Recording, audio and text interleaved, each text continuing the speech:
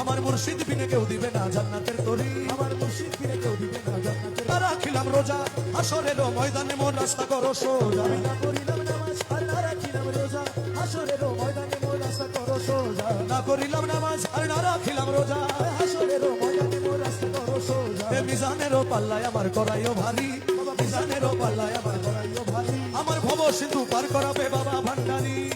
কে বলেছে আপনাকে আপনার মুর্শিদ আপনার জন্য সুপারিশ করবে? এরা সেই মুর্শিদ যাদের জিন্দেগির মধ্যে একটা নফল ছুটার কারণে সারা রাত কানে হাত দিয়ে এক পা তুলে আল্লাহর দরবারে যারা দাঁড়িয়ে থাকে, কেমনে বুঝলেন তারা আপনার নামাজ না পড়লে মাফ করে দিবে? কে বলেছে আপনাদেরকে এই কথা? যারা বছরের পর বছর মাসের পর মাস সোনার বিছানা ত্যাগ করে একাকিত্বে আল্লাহর শরণে গুম হয়ে যাওয়ার জন্য পাহাড়কে বেছে নেয়, তারা কেমনে আমার মতো বেগাইরত নামাজ পড়ে না তাদেরকে বরদাস্ত করবে? কখনো না। আপনারা ভুল তরিকত বুঝেছেন। কোন দরবার, হুজুর গৌসে মাইজবান্ডারি তো অনেক দূরের কথা, কোন দরবার কোন হক্কানি আলেম এটা কখনো বরদাস্ত করবে? আপনি ভুল বুঝেছেন, আপনি ভুল বুঝেছেন। গৌসে আজম শেখ আব্দুল কাদের জিলানী, আমাদেরও একটু সচেতন হতে হবে। যা মন চায় যেখানে, আমি কত এডিট করে করে কথা বলছি, সব কথা তো সবাইকে বলা যায় না। আপনি মাহফিলে বলে দিলেন হুজুর আব্দুল কাদের জিলানীর মুরিদ হলে আপনার আর কোনো ভয় নাই। আল্লাহর ইজ্জতের কসম, প্রথম যেই দিন এই কথা শুনেছি আমি তখন অনেক ছোট, আমি বলেছি আর যাই হোক হুজুর গৌসুল আজম এই কথা বলতে পারে না। আমার নবী যেখানে বলে নাই আমার উম্মতের জন্য কোনো ভয় নাই, পেরেশানি নাই, সেখানে হুজুর গৌসুল আজম কেমনে বলবে আমার মুরিদের কোনো ভয় নাই? পরে দেখলাম বলেছে, কিন্তু যাকে আমি মুরিদ বলেছি তাকে বলে নাই। মুরিদি আমার মুরিদ, লা তাখাফ, ভয় নাই। মুরিদকে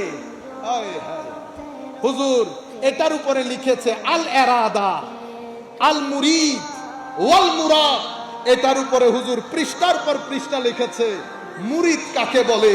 এক কথাই যদি বলি তো মুরিদ সেই ব্যক্তির নাম যেই ব্যক্তি নিজের চাওয়া পাওয়াকে ছেড়ে দিয়ে আল্লাহর চাওয়া পাওয়ার মধ্যে নিজেকে ফানা করে বাকার স্তরে পৌঁছে গেছে, তাকে মুরিদ বলে। আমি কোন মুরিদের তালে আছি? সুতরাং বক্তা আমি নিজেকে বলছি সাবধান হও জবান ইউজ করতে, কারণ আপনার এই বক্তব্যটা রং জায়গায় নিয়ে মানুষকে বোঝানো হয়েছে, হে মানুষ দেখো এদের বক্তব্য, এদের মুরিদের বলে কোনো ভয় নাই। কেন বলছি? আমাকে এই কথা ইন্ডিয়ান এক ছেলে দেওবন্দের, অনেকক্ষণ কথা হয়েছে, শেষে উনি আমাকে বলছেন, দেওবন্দের অনেক বড় আলেম, আমরা তো ছোটখাটো লোক, আমাকে বলতেছে হুজুর তাইলে একটা কথা বলেন, মুরিদি লা তাখাফ আল্লাহ, এটার ব্যাপারে আপনার অভিমত কি? তা আমি বললাম অভিমত দেব পরে, আপনি আগে বলেন এই কথা আপনি কোথায় পড়েছেন? আমি শুনেছি। তা আপনি তো বড় জুলুম করেছেন আমার গৌসের উপরে। কেমনে? আল্লাহ মুনি যেই কিতাবে পড়েছেন অন্তত ওই কিতাবটা পড়ে আসতেন, ওই কিতাবটা পড়ে আসতেন, তারে কি আর বলতে পারছি? আপনি সুন্নি হলে না বলতাম সুন্নিদের পড়তে হয় না, সুন্নিদের পড়তে হয়, একদম পড়িয়েন না, কোনো দরকার নাই। কারণ আপনার আমার জন্য তো আমার নবী দাঁড়িয়ে আছেন সুপারিশ করার জন্য, নিজের নাতিকে তলোয়ারের নিচে দিয়ে দিয়েছে, আর আপনি নামাজ না পড়লে আমার নবী ওখানে দাঁড়িয়ে আছে আপনার সুপারিশের জন্য।